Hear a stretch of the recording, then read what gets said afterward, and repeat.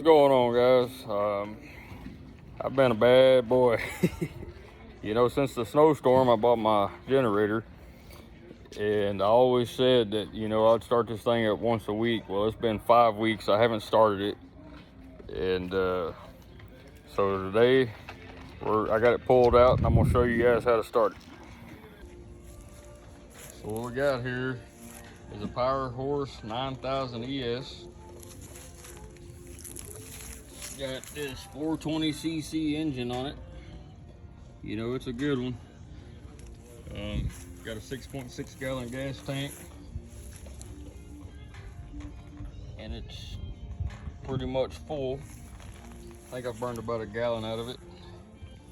It's got AC 120 lock plug there, and then it's got 2, 4, 6, 8 120 plugs, and they all got the T-bar, which I like that.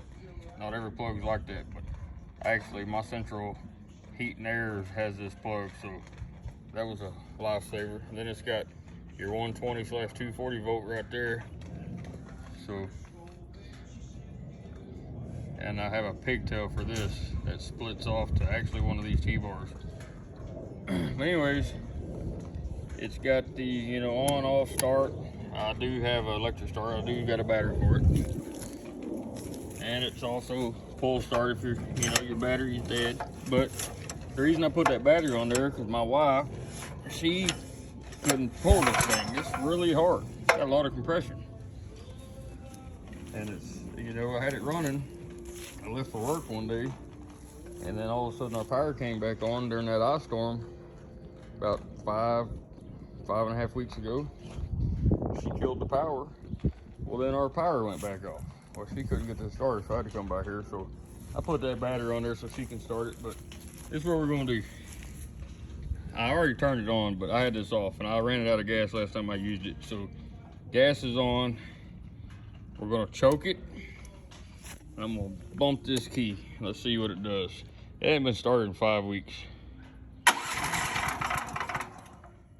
All right, let's turn the choke off. Maybe it don't need it because it's 80 degrees outside.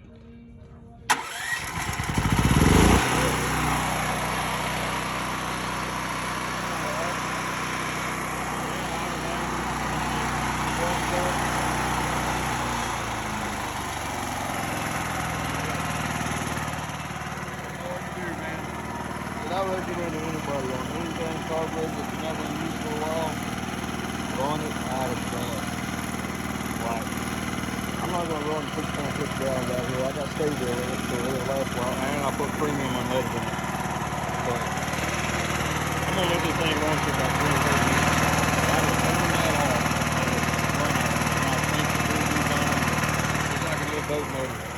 Run that sucker out. And I promise you, you won't have many issues if you ever have any issues. I've been lucky, you know, knock on wood, I've never had an issue. There you go, folks.